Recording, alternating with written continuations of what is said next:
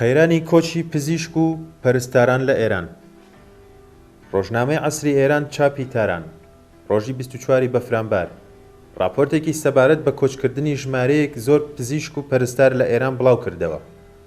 لەو راپۆرتەدا لە زمانی یەحیا ئیبراهیمی نوێنەر و ئەندامی کۆمیسیۆنی تەندروستی مەجلیسی ئیسلامیەوە هاتووە سەرەڕای سنوورداربوونی ئیمکانی سەفەرکردن ڕێژەی چوونە دەرەوەی پزیشکان لە دوای سەردەمی کۆرۆناوە دوو هێندە زیادی کردووە. ئەم ژمارەیە 6 بۆ 10 هزار پزیشک لە بوارە جۆراوجۆرەکانی وەک پزیشکی گشتی و تایبەتمەند و پسپۆڕ لەخۆ دەگرێت. هەروەها مامۆستایان و پزیشک و پەرستار و بوارەکانی تری پەیوەست بە بابەتی پزیشکیش دەگرێتەوە.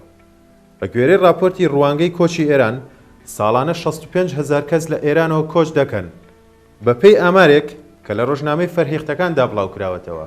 لە ساڵی 1402دا 2300 پزیشکی پسپۆڕ و 4200 پزیشکی گشتی ئێرانیان بەجێ هێشتووە. کەسی لە 100 زیاترە لە مامناوەندی ڕێژەی ئەو پزیشکانەی کە بە کۆی گشتی دێنە ناو بازاڕی کاری ئێرانەوە.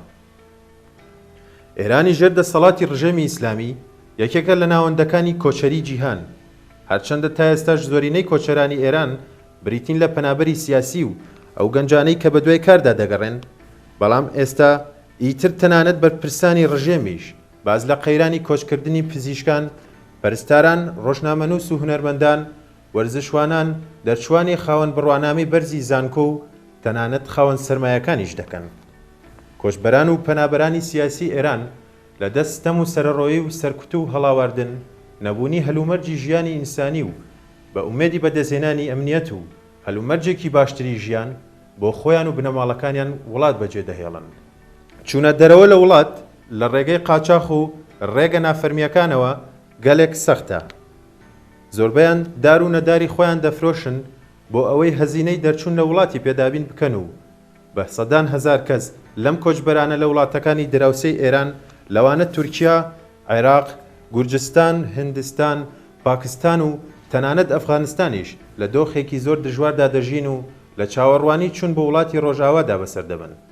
بەداخەوە بەشێک لەو کۆچبەر و پەنابەرانە هیچ کات ناگەنە شوێنی مەبەست و لە ناو دەریاکان، لە ناو ئۆتۆمبیلە بار هەڵگرەکان و تەنانەت ناو سارخانەوەی گواستنەوەی خۆراک یان لە بیابان و دارستانەکاندا گیان لەدەست دەدەن. گەرچی بەشێک لەو کەسانەی کە لە ئێرانەوە بەرەو هەندەران کۆچ دەکەن هێزی خوێنەوار و پسپۆڕن کە باواتەیەک بە هەڵهاتنی مێشک و نوخبە لە بوارە جیاجیەکاندا دەناسرێن. تەنها لە ئەمریکا زیاتر لە 9,000 پزیشکی ئێرانی کار دەکەن. ژمارەی پسپۆڕانی بوارەکانی دیکەش بە زیاتر لە 1 ملیۆن کەس مەزەندە دەکرێت. ئێستا کەم زانکۆ هەیە لە جیهاندا کە مامۆستا و پرۆفیسۆری ئێرانی تێداوانە نەڵێنەوە. هەزاران پزیشک و پسپۆڕ، هەزاران ڕۆژنامەنووس، نووسەر، سینەماکار، پەرستار، زانایانی بوارە جۆراوجۆرەکانی زانست و خوێندکاری خاوەن بڕوانامەی بەرز لەم ساڵانەدا ناچار بوون ئێران جێبهێڵن. لە هەلومەرجێکدا کە نەخۆشخانەکانی ئێران لەگەڵ کەمی کادری پسپۆڕ و لێهاتوو بەرەو ڕوون. کوالێتی و ئاستی خوێندن لە ناوەندەکانی پەروەردەدا دابەزیوە. ژینگە پێویستی بە پەلە و هەنووکەیی بە کەسانی کارناس و پسپۆڕ هەیە. بەرسەندنی ڕۆژ لە دوای ڕۆژی کۆچکردنی ئەو هێزە خوێندەوارە هەزینەیەکی قورس بەسەر خەڵکی ئێراندا دەسەپێنێت.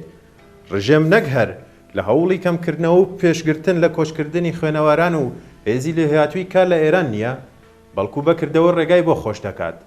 9 ملیۆن ئاخوند و خوێنەواری مشەخۆر و کۆنەپەرستی ئاینی، دەسەڵاتدارانی دز و گەندەڵ وڵات و چەقۆکێشی ئیسلامی وڵات بە موڵکی شەخسی خۆیان دەزانن. وڵاتی ئێران هی کۆمەڵانی خەڵک و ئەگەر بڕیار بێت کەسێک وڵات جێبهێڵێت ئەوە ئەم تاقمە دز و جەنایەتکارن کە دەستیان بە خوێنی خەڵکی ئێران سوور بووە و سەروەت و سامانی وڵاتیان تاڵان کردووە. ڕژێمی ئیسلامی ئێرانی کردووە بە دۆخێکی ڕاستەقینە بۆ بەشێکی زۆر لە دانیشتوانەکەی.